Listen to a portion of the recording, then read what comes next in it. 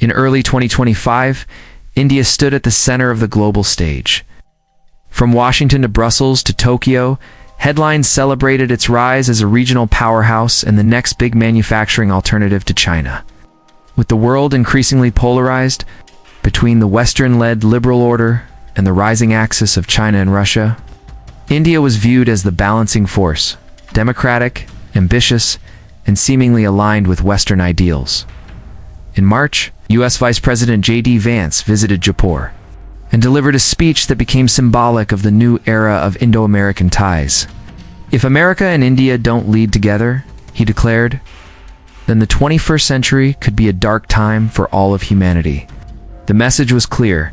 India wasn't just a trade partner, it was being hailed as a civilizational ally in an unfolding struggle for global influence.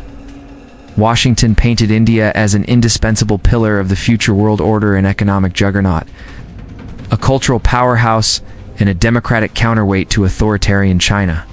Just a few weeks later, things began to unravel. In an unexpected turn, the same United States imposed a new wave of aggressive tariffs on Indian exports.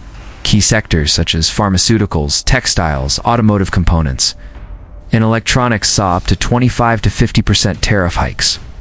Despite prior agreements and strategic trade dialogues, Indian exporters were caught off guard. The Ministry of Commerce in New Delhi scrambled to respond. The international press, too, was confused. How could Washington so swiftly pivot from praise to pressure? But seasoned analysts weren't surprised. Under the surface of high-level photo ops, summit smiles, and speeches about shared values, fault lines had been growing between New Delhi and Washington. When the tariffs dropped, those cracks became fractures. The first issue was energy. Diplomacy. Despite repeated calls from the U.S. to reduce dependency on Moscow, India continued to import discounted Russian crude oil. India's logic was clear. As a developing economy with major energy needs and no domestic oil surplus, could not afford to turn down cheap Russian supply. For Washington, this was more than a logistical disagreement. It was a test of ideological alignment. And in the eyes of the U.S. establishment, India failed. The second trigger was non-alignment in conflict zones. India refused to take a firm stance on the Russia-Ukraine war or the Gaza crisis. While the West increasingly demanded moral clarity, India remained ambiguous, prioritizing sovereignty and national interest over ideological loyalty. New Delhi's view was rooted in a post-colonial instinct. Why should India fight someone else's war, or be forced to take sides in great power games it did not create? But to Washington, ambiguity was resistance. And resistance from a so-called partner invited retribution. And so, the praise turned into punishment. The tariffs were officially described as corrective trade measures, part of a global recalibration. Unofficially, they were a geopolitical message. India may be growing, but it was still expected to stay in line. The economic consequences were swift. Indian companies relying on U.S. markets faced heavy losses, supply chains were disrupted, and investors began to ask uncomfortable questions about India's future positioning. This tariff move also signaled something deeper. America didn't see India as an equal. It saw India as useful, as long as India played the part assigned to it in Washington's script. The moment India showed independent behavior, whether by trading with Russia or remaining neutral in war zones, it was no longer applauded. But ambushed India, for its part, was caught in a strange paradox. It's the same values it was celebrated for sovereignty, growth, democracy, were now being held against it. The West wants India to rise, but only in its shadow, noted one Indian diplomat anonymously. We are tolerated when we obey, but punished when we think for ourselves. Meanwhile, the Indian public began questioning the limits of strategic partnerships. Social media debates erupted. Was India really an ally, or just another tool in America's broader power game? Economic analysts predicted a short-term dip in exports, while foreign policy think tanks warned of a long-term drift away from U.S. alignment. India's ambitions were now tangled in the very praise that had once elevated them. What made the situation more complex was the global perception. Other emerging powers watched closely. Brazil, South Africa, even Indonesia each saw India's treatment as a cautionary tale. Be too independent, and the West will find ways to contain you. Be too obedient, and you'll lose your own identity. The room for true sovereignty, it seemed, was shrinking in the age of global polarization. Within India's political elite, the tariff shock reignited internal debates. Some argued for stronger ties with Washington, fearing that drifting too far might isolate India from vital markets and technologies. Others called for a multi-aligned strategy, deepening ties with Russia, reviving BRICS cooperation, and reducing economic dependence on the West. Still others, in more nationalist tones, warned that India must become fully self-reliant to escape these cycles of manipulation. But the one thing everyone agreed on? The honeymoon was over. India had been applauded, yes, but it had also been tested. And the real question wasn't whether it would comply or rebel. The question was whether it could now craft a third path, one that neither bowed to pressure nor got consumed by pride. The world, meanwhile, began adjusting its expectations. The United States had made a loud public move. India now had to decide, respond with submission, silence, or strategy. The stage lights had dimmed. The applause had stopped. Now, the next act would begin with India standing alone in the spotlight. In the long arc of Indian diplomacy, few relationships have withstood time, war, an ideology quite like India's bond with Russia. Long before American handshakes and strategic partnerships became the norm, India and the then Soviet Union stood shoulder to shoulder. From the 1950s through the Cold War, Moscow was India's most reliable partner, providing defense equipment, supporting its stance on Kashmir and the UN, and acting as a strategic buffer against both US and Chinese pressure. And though the USSR collapsed in 1991, that relationship never truly died. Fast forward to 2025, India once again finds itself looking to Moscow not out of nostalgia, but necessity. After the sudden tariff blow from Washington, India began to reassess its global posture. The so-called strategic autonomy that Indian diplomats have long defended was now being tested in the open. With American tariffs threatening vital sectors, and questions rising over the reliability of Western alliances, India turned to what had always been its geopolitical fallback, Russia. Russia, under President Vladimir Putin's hardened regime, welcomed India's pivot with open arms. Unlike Washington, Moscow didn't ask India to pick a side. It didn't demand condemnation of the Ukraine war, nor did it lecture New Delhi on morality or democracy. It offered, instead, what India needed: heavily discounted crude oil, upgraded defense hardware without conditions, and public statements.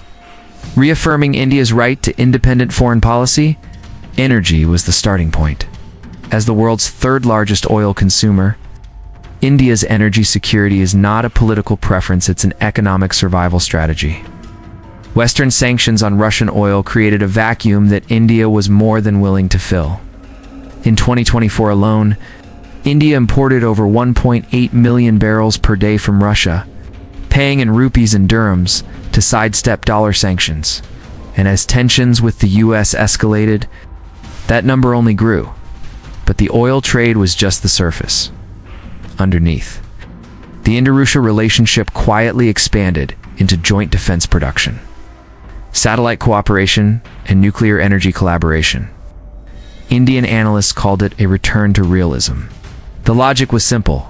If America could turn on India despite all its praise, then India needed partners who valued interest over ideology. And for decades, Russia had done exactly that. However, this shift came with risks. First, the optics, partnering too closely with Russia at a time when much of the West views Moscow as a pariah could alienate India from global financial systems. The US already hinted at secondary sanctions on countries engaging in sensitive military cooperation with Russia. Washington's frustration was visible, not just in diplomatic briefings but in open Senate hearings, where India was accused of undermining the global rule-based order.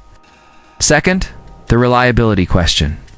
While Russia offered India short-term breathing room, it was itself stretched thin militarily, economically, and diplomatically. Its deepening ties with China also created complications. For India, which sees China as its primary long-term threat, becoming too dependent on Russia could eventually trap it in a web where Moscow no longer acts as a neutral friend, but a silent broker for Chinese interests. And yet, New Delhi believed the benefits outweighed the risks. Because in truth, India never truly trusted that the US would treat it as an equal power. The recent tariffs only confirm what had been privately discussed in Indian policy circles for years, that the West's praise was transactional, conditional, and perhaps even performative. As one retired Indian ambassador put it, the US claps when we comply. Russia never clapped, but it never complained either. To be clear, India's pivot to Russia was not a full-scale alignment. New Delhi was not abandoning its ties with the West, it was recalibrating, diversifying, refusing to be trapped in binary choices. This is where India's doctrine of multi-alignment became more visible than ever before.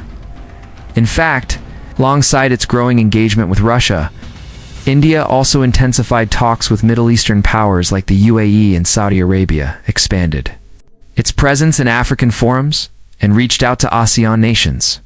The goal was clear: build a global network where no single power, be it America, China, or Russia, could dominate India's trajectory. But despite this balancing act, the India-Russia corridor held special weight. The two countries began exploring a dedicated energy corridor via Iran's Chabahar port, giving India faster access to Central Asian markets, bypassing Pakistan and reducing reliance on US-controlled sea lanes. Military exercises resumed, with Russian jets flying side by side with Indian Air Force pilots over the Indian Ocean. And behind closed doors, a joint rupee-ruble payment system was tested to further reduce dollar dependence. This growing partnership sent a powerful signal not just to Washington, but to the entire global South, across Africa, Latin America, and parts of Southeast Asia. Countries watched closely as India stood its ground. Many saw New Delhi as a test case. Could a major power maintain sovereignty while facing Western pressure? Could it say no to Washington without inviting economic collapse or political isolation? India, through its Russia outreach, seemed to say yes. However, the real challenge wasn't just building ties with Russia. It was doing so without falling into the same dependency trap it had been trying to escape. Because if history teaches anything, it's that partnerships born out of crisis often become prisons over time. And so, India walked a tightrope between Washington's unpredictable warmth and Moscow's pragmatic embrace, between global expectations and domestic compulsions, between a dream of becoming a global power and the reality of still being caught in the gravitational pull of older ones. For now, the balancing act held, but the rope was getting thinner, and the winds were picking up. India's sudden jolt from diplomatic praise to economic pressure didn't go unnoticed. As America turned up the tariffs, the rest of the world paused, then adjusted. In geopolitics, nothing happens in isolation. Every move triggers another. And India's moment of ambush was like a dropped stone into a still lake. The ripples reached every continent in Europe. The reaction was a mix of confusion and caution. Brussels, Berlin, and Paris had all recently deepened engagement with New Delhi. India was being viewed not only as a trade partner, but as a potential green energy leader, digital democracy, and Asian counterweight to China. When the US imposed tariffs, European diplomats whispered privately, "If America can sanction India this quickly, who's next?" It reignited old European insecurities about US unilateralism. For Europe, India's treatment was a warning, not a spectacle. China, however, saw an opportunity. While India's bond with America frayed, Beijing smiled quietly from the sidelines. Publicly, China didn't gloat. It didn't need to. The message was implicit. You thought the West would lift you up. Look where it dropped you. Behind closed doors, Chinese strategists began recalculating. If India began drifting away from the US, it might hesitate to escalate border disputes, might scale down its Indo-Pacific assertiveness. Beijing also saw a chance to exploit growing distrust between New Delhi and Washington to weaken Quad's influence in the region. Although full rappers man with India was unlikely, a neutralized India was still a win for China. Then came the global South Africa, Latin America, Southeast Asia. Here, India's dilemma struck a deeper nerve. For decades, these regions had walked the tightrope between Western aid and sovereign pride. They had been wooed with praise, then punished with policies. And now, watching India, billion-strong democracy, rising economic force, face the same script, they saw a reflection of themselves. If even India isn't immune to pressure, an African think tank noted, then no one is. Many began to reconsider how far alignment with Western powers could go before becoming a leash. India's handling of the situation could either reaffirm their faith in multi-alignment, you'll scare them back into silence. Ironically, America's strategy backfired in some circles. The intent behind the tariffs may have been too disciplined, but the global perception painted them as arrogant overreach. U.S. policymakers underestimated how far India had come, not just in economy, but in perception. This was not the India of the 1990s. This was a country with Mars missions, global CEOs, military hardware exports, and regional influence. To impose tariffs on such a nation without diplomatic cushioning was, in essence, an act of strategic clumsiness. Meanwhile, India found itself under global scrutiny. The applause had faded, the ambush had landed, but now all eyes were on the reaction. Would India back down? Would it retaliate with its own trade restrictions? Would it pivot entirely to the Russia-China camp? Or would it forge a third path? The weeks that followed, New Delhi responded with silent strategic silence. No dramatic retaliation. No press-fueled tantrums. Just slow, calculated recalibration. Quiet visits to Moscow. Discreet summits with UAE and Egypt. Backdoor negotiations with ASEAN. And most importantly, an acceleration of domestic self-reliance policies. India wasn't retreating, it was reload. This moment forced India to ask a fundamental question. If we can't rely on praise, can we at least rely on ourselves? The Modi government launched a new round of Bharat First industrial schemes, boosting indigenous production of semiconductors, solar panels, and defense components. Meanwhile, foreign policy shifted gears, no longer about choosing allies, but about building leverage. India started talking to everyone but relying on no one. The world had seen India as a rising ally. Now it was seeing something else, a quiet power, bruised but unbending. And in that posture there was danger and respect. While the world debated India's next foreign policy pivot, a quieter, more turbulent storm was building inside India itself.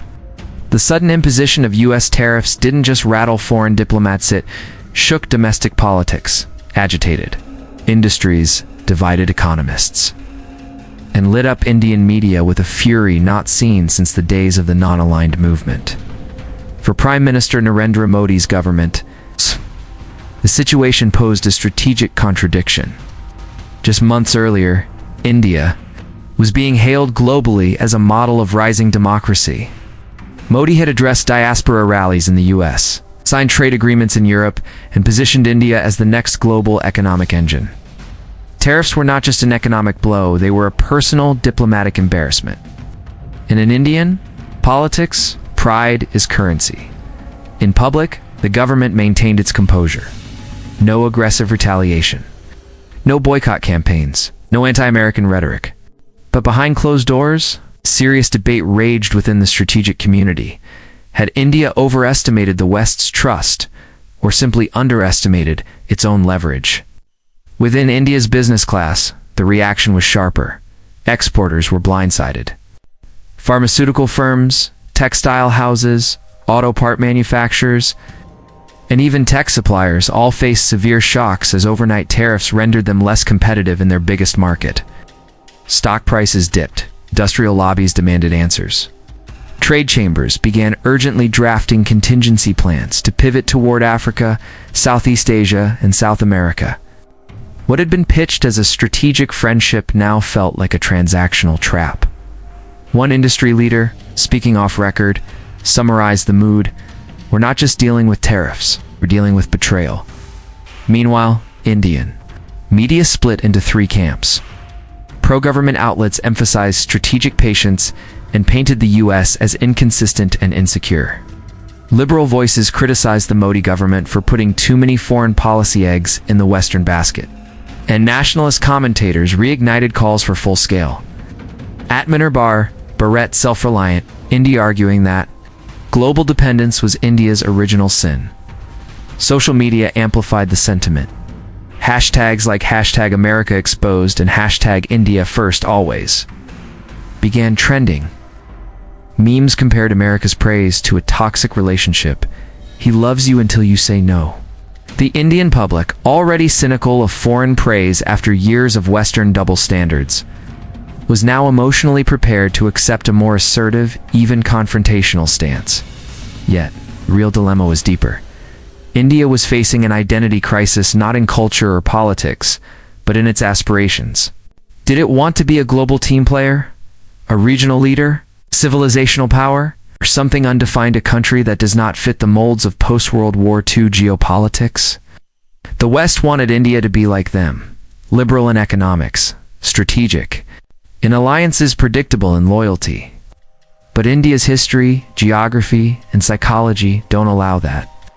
It is a country shaped by colonial trauma, partition scars, border conflicts, and cultural diversity so intense that alignment itself feels unnatural. So, the US asked India to take sides, whether on Russia, China, or energy. New Delhi didn't defy out of arrogance. It defied out of instinct. Internally, the bureaucracy doubled down on diversifying risk. Ministries were instructed to accelerate alternative trade corridors, especially via Iran's Chabahar port, the International North-South Transport Corridor, NSTC through Central Asia, and fresh dialogues with Latin American economies.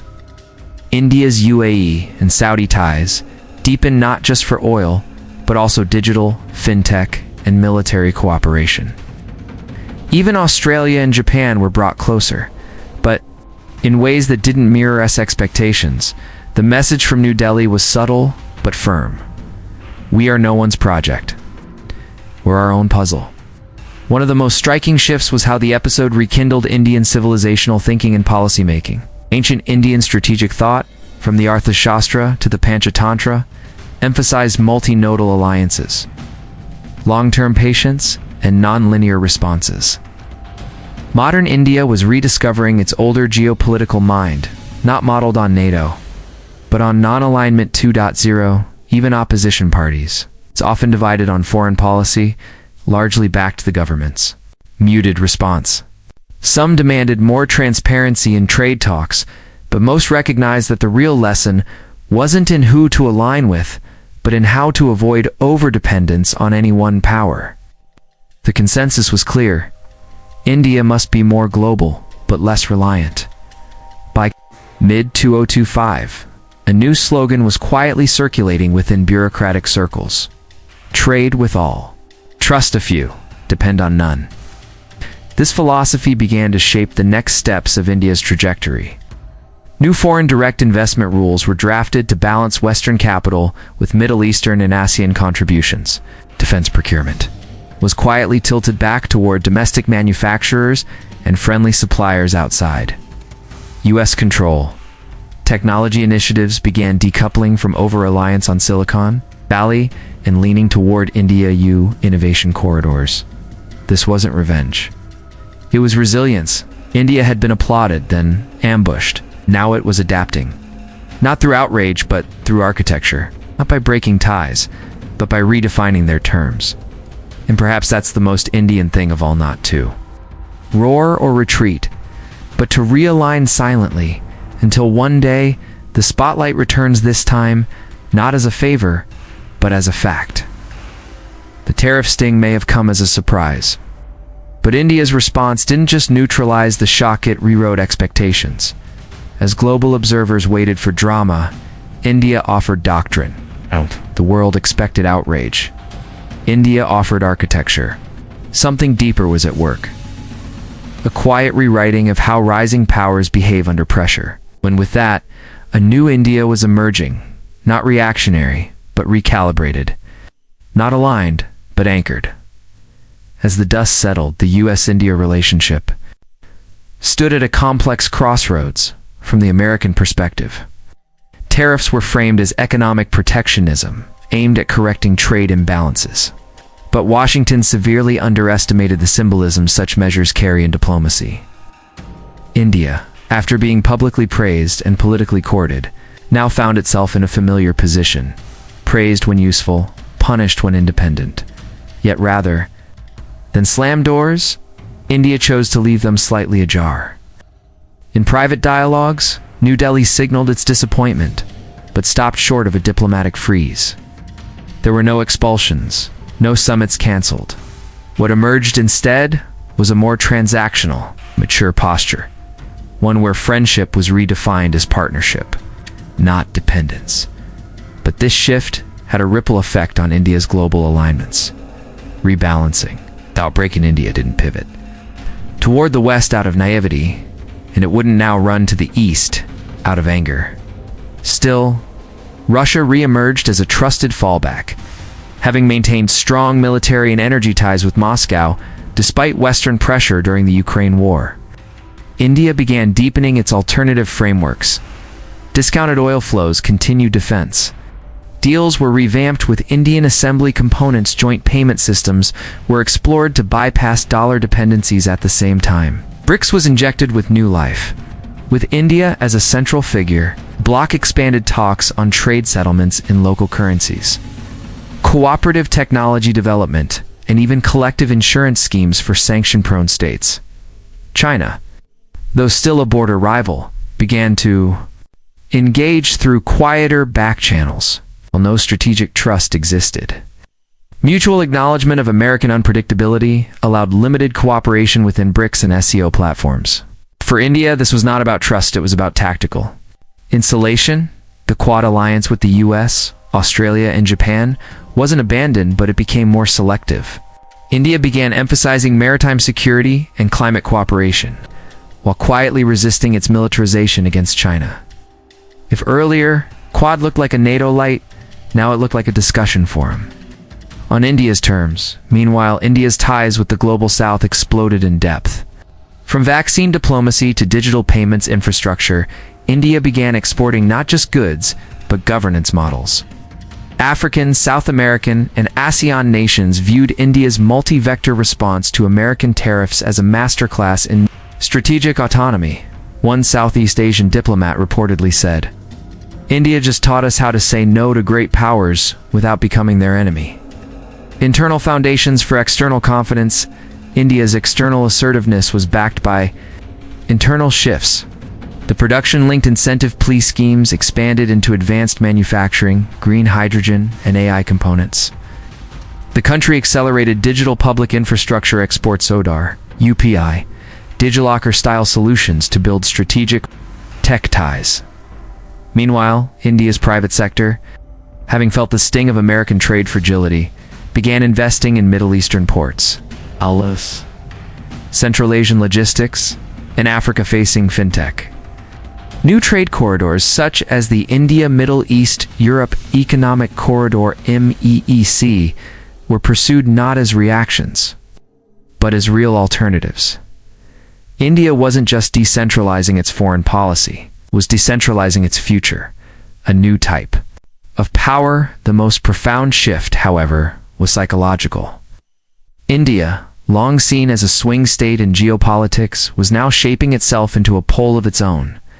Not Western, not Eastern, not aligned, but anchored. This wasn't the India of non-alignment 1.0, which often meant neutrality through inaction. This was non-alignment 2.0, rooted in engagement, action, and leverage. And in that model, power was no longer about choosing sides. It was about making yourself the side others want to choose. India was now trusted by Russia, but not trapped by it, engaged with America, but not dictated by it, cooperating with China, but not surrendering to it, admired by the global south. Without needing to dominate, it was a balancing act few could pull off. And India, through painful but powerful lessons, is pulling it off. The world responds in Washington. Some policymakers began revisiting their assumptions. Think tanks issued reports suggesting the tariff strategy had done more harm than good. Efforts were made to rebalance the relationship, new dialogues, eased visa policies, tech collaboration. But the damage wasn't in trade metrics. It was in trust. In Brussels and Tokyo, India was now seen not as a passive partner, but a co-equal voice. Europe began speaking of India as a strategic civilization, not just an economy. And across Africa, Latin America, and Southeast Asia, new playbook was quietly circulating. India's playbook. One where applause is welcome but never mistaken for protection. Where autonomy is not isolation, but architecture. Your strategy is not loyalty, but leverage. Conclusion, the tariff. That turned the page in the end. America's tariff was more than a policy shift. It was a geopolitical trigger, a miscalculation that forced India to redefine its posture. Not as a reactive power, but as a redefining one. The applause may have faded, the ambush may have stung. But in that moment, India did not fracture it. Forged something new.